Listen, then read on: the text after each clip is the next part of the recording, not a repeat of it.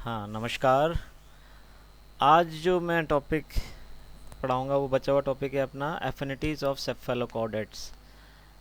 हमने affinity of hemichordates पढ़ ली, urochordate पढ़ ली, और आज जो है वो है एफिनिटीज़ ऑफ सेफेलोकॉर्डेट। सेफेलोकॉर्डेटा जो है उसकी बंधुता कि कौन कौन से ग्रुप से वह समानता रखता है और क्या क्या भिन्नता रखता है और किस आधार पर इसको जो है सेफेलोकॉर्डेट्स में रखा गया है, ये चीज़ है।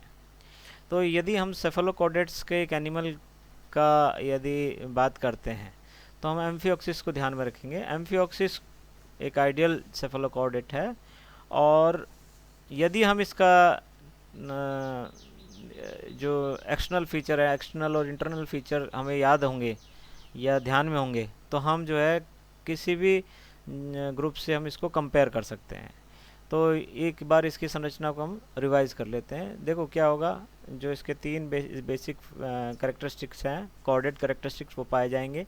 इसमें जो ऊपर की तरफ ये है नोटोकॉर्ड पाई जाएगी, उसके उस नोटोकॉर्ड के साथ में ही ये नर्वकॉर्ड पाई जाएगी, ठीक है। और इसमें जो है फेरेंजियल गिल स्लिट्स पाए जाएंगे। तो ये फेरेंक्स है और यहाँ पर जो है गिल स्लिट्स पाए जाएंगे। इसका जो माउथ है वो सर्कुलर होगा, ओरल हुड पर सिराई पाए जाएंगे और व्हील ऑर्गन पाया जाएगा, ठीक है। अंदर की तरफ ये व्हील ऑर्गन है। इसमें जो यदि फीडिंग की बात करते हैं तो ये कैसा होगा, सीलियरी फीडर होगा, फिल्टर फीडर होगा। यहाँ से करंट, वाटर करंट, जल की धारा इसके मुंह में प्रवाहित होती है और उसी के द्वारा उसमें जो ट्रैप होता है फूड पार्टिकल, उनको ये माइक्रोफेगस होता है और उन्हीं को ये खाता है। फेरिंग्स में जो है उस पानी में घुलित जो ऑक्सीजन है उसका गैसियस एक्सचेंज होता है, और यहाँ पर जो है ऑक्सीजन जो फेरिंग्स में फेरिंग के जो गिल स्लिट्स हैं उनके ब्लड कैपिलरीज में चला जाएगा, और ब्लड कैपिलरीज में कार्बन डाइऑक्साइड की जो पार्शियल प्रेशर होता है वो अधिक होता है, और वो जो है वाटर में डाल दी जाती है, ठीक है। इसमें यहाँ गोनेट्स पाए जाते हैं, ये एट्रियोपोर मिलता है, ये एनल मिलती है, एनस होती है, और एनस के बाद जो है पोस्ट एनल टेल पाई जाती है, ठीक है। ये जो है इसका कुछ महत्वपूर्ण लक्षण है और इन्हीं के आधार पर हम और बाकी के साथ कंपेयर करेंगे। देखो एक चीज़ और है इसमें, इंपॉर्टेंट चीज़ है एंडोस्टाइल। ये जो फेरिंग्स की जो नीचे की दीवार होती है वो थोड़ी सी मोटी होती है और उसके द्वारा म्यूकस सिक्रीट किया जाता है, और वहाँ पर जो भी जो फूड पार्टिकल होता है उनको ट्रैप किया जाता है। म्यूकस क्या करेगी, उसको ट्रैप कर लेगी, और ताकि वो जो पानी के साथ वापस बाहर ना जाए। तो ये एंडोस्टाइल भी एक महत्वपूर्ण लक्षण होता है इसका, ठीक है। तो अब हम कंपेयर करते हैं एफिनिटी विद हेमिकॉर्डेट। हेमिकॉर्डेट के साथ इसकी क्या बंधुता है। देखिए एक पहला जो करेक्टरिस्टिक्स है फेरिंजियल एपरेटस। इसका जो फेरिंजियल एपरेटस है वो हेमिकॉर्डेट में जो है समानता रखता है, उसमें भी गिल स्लिट्स पाई जाती हैं, गिल बार्स पाई जाती हैं उसमें। दूसरा जो मैंने बताया था फिल्टर फीडर या सिलियरी फीडर, मतलब इसमें जो सीलिया पाए जाएंगे उनके द्वारा एक जल की धारा प्रवाहित की जाएगी, और उस धारा से, तो ये जो जल की धारा है इस जल की धारा के द्वारा जो है फीडिंग होता है। उस धारा में जो भी माइक्रोफेगस या माइक्रो ऑर्गेनिज्म होंगे उनको ये एंडोस्टाइल, यहाँ पर जो फेरिंग्स की जो नीचे की वॉल है उसमें म्यूकस सिक्रीट होता है, जिससे कि ये सारे के सारे जो माइक्रो ऑर्गेनिज्म हैं वो यहाँ पर चिपक जाते हैं, और फिर उनको जो है डाइजेस्टिव ट्रैक्ट में डाइजेशन किया जाता है, ठीक है। रेस्पिरेटरी मैकेनिज्म भी समान होता है, गिल स्लिट्स के द्वारा इसमें रेस्पिरेशन होता है। ये जो एंट्रोसिलस होंगे एनिमल, सेफेलोकॉर्डेट्स एंट्रोसिलस होंगे, यानी कि जो सीलोम होगी वो मेसोडर्म से घिरी हुई होगी, ट्रू सीलोम्स होगी, ये ध्यान रखना।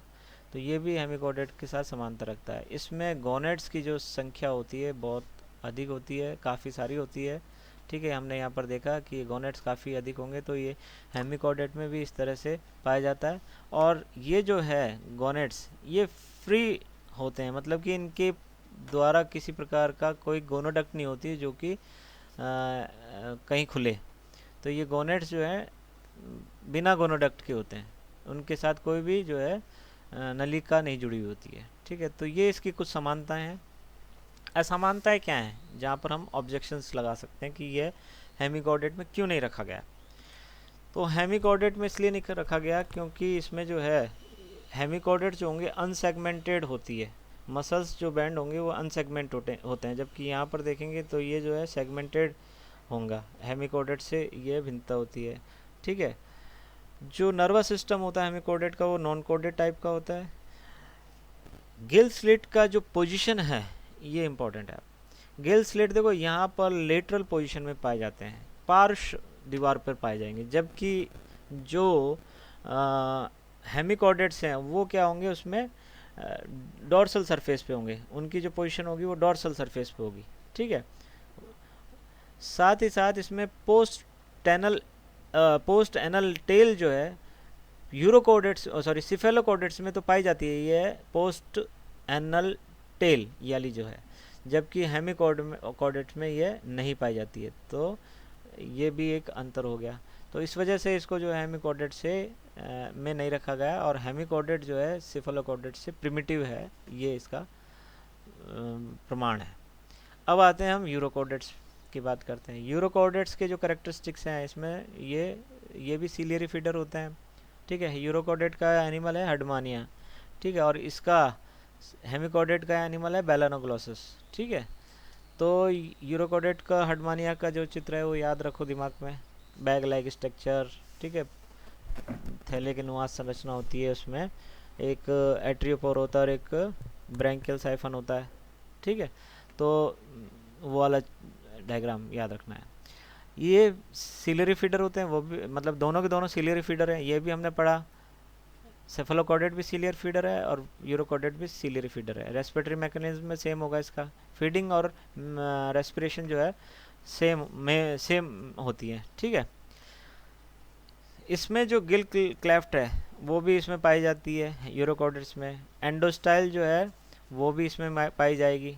तो ये जो है इसमें कुछ समानता है। फिर इसकी जो एट्रियोपोर है वो इसके एट्रियल साइफन के समानता मानते हैं कि भाई इसका जो एट्रियोपोर है वो एट्रियल साइफन जो है हमारे उसके समानता उसके जैसा है, तो इसको इसके समान माना गया।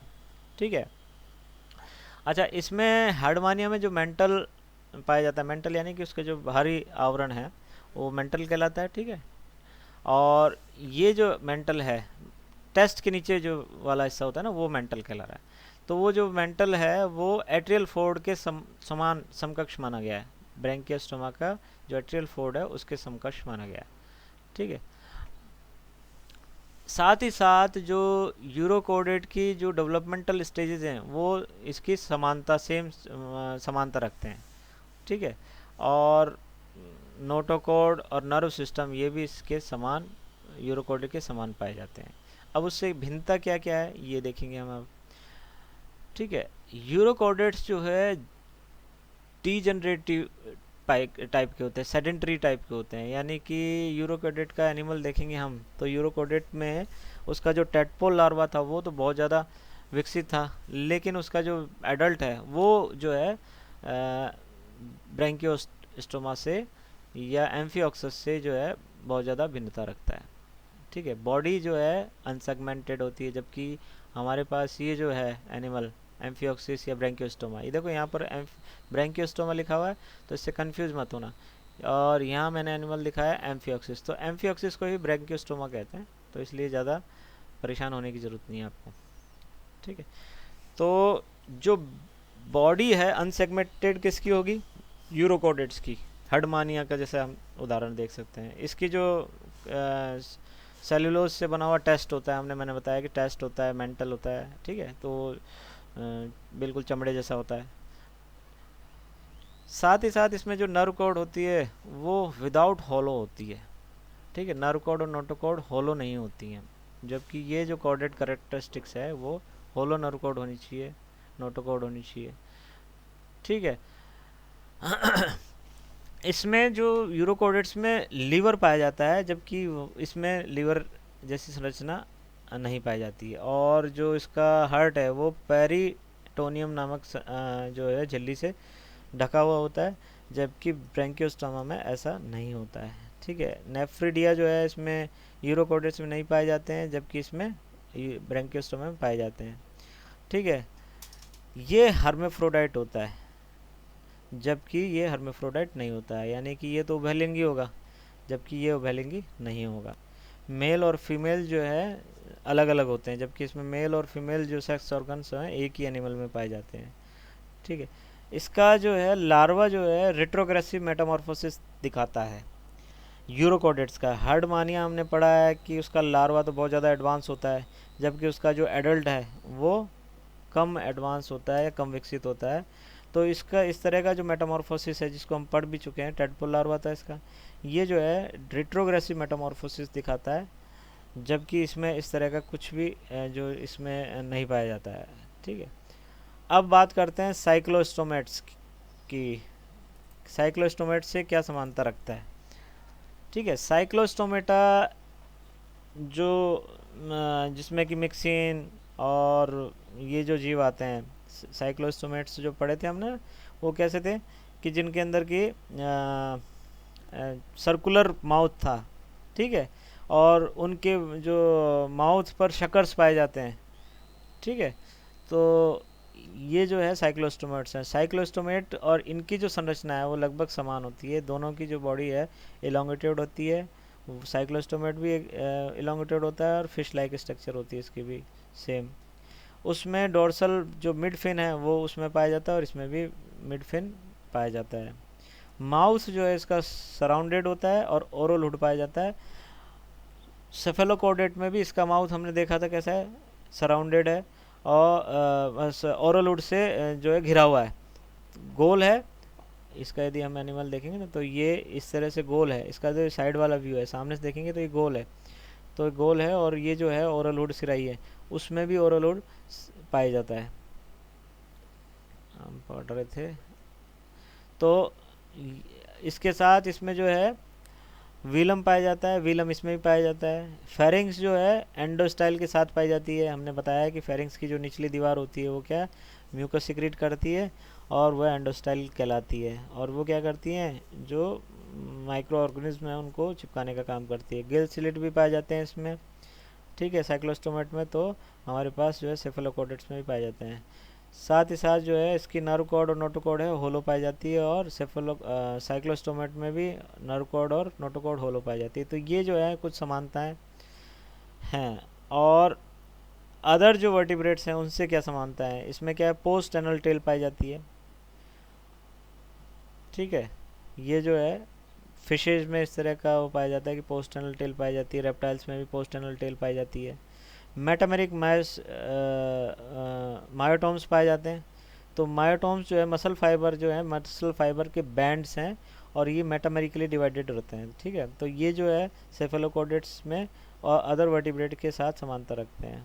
ठीक है। सीलोम जो है मेसोडर्म से लाइंड रहती है। हमने पता है एंट्रोसिलिक होते हैं, यानी कि जो सीलोम होगी वो देह गुहा जो होगी वो मध्य मेसोडर्म से आश्रित होती है, कवर्ड रहती है। तो इसलिए जो है ये एंट्रोसिलिक टाइप के प्रकार के होते हैं।